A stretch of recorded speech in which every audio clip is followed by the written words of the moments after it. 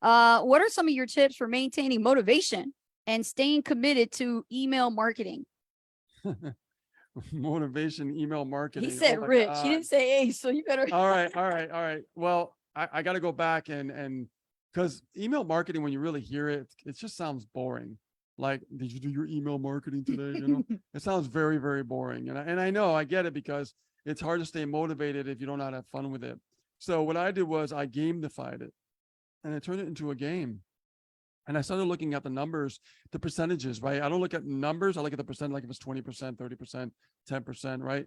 I want to know like what are the numbers and gamify it and always try to outdo the last one that I did. And it'll jump around, but you'll start getting better if you start gamifying it and you start having fun.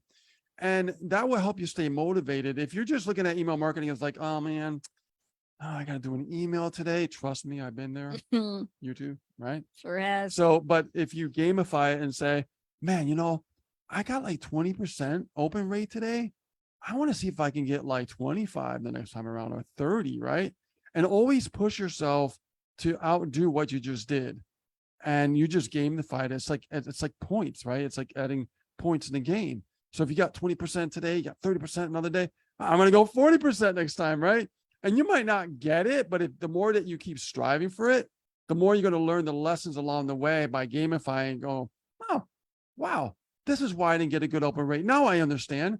Wait a minute, this is why I got a good open rate. Now I understand. So you know why you didn't get a good open rate, and then you're going to know why you got a good open rate, because now you're going to be having fun with it because you're looking at the numbers, and now it's motivating you to do even better, right? Because you didn't really look at it as a boring situation. You looked at it more like, wow, I get to like literally look at this like a game now, right? Like I can build up my numbers and have fun with it. And then you know what happens? You forget about making the sales. And then guess what? You start making sales because you're not focusing on the sales. It's funny. It works like that. When you don't focus on the sales is when you start making the sales, because you start focusing on the activities, right?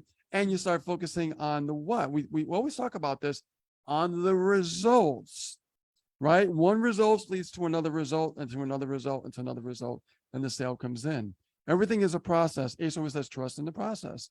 So we're creating this process. We gamify this process, and we have so much fun now. I know you have fun with it. You're like, man, I got 40% today, man. What was that? What was that title?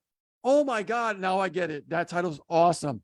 And here's what you could do. And we, me and Ace talked about this too, is that think about this over time as you gamify it, all these titles that are giving you all these great open rates, the good ones that give you the best open rates, you could actually make a spreadsheet, right?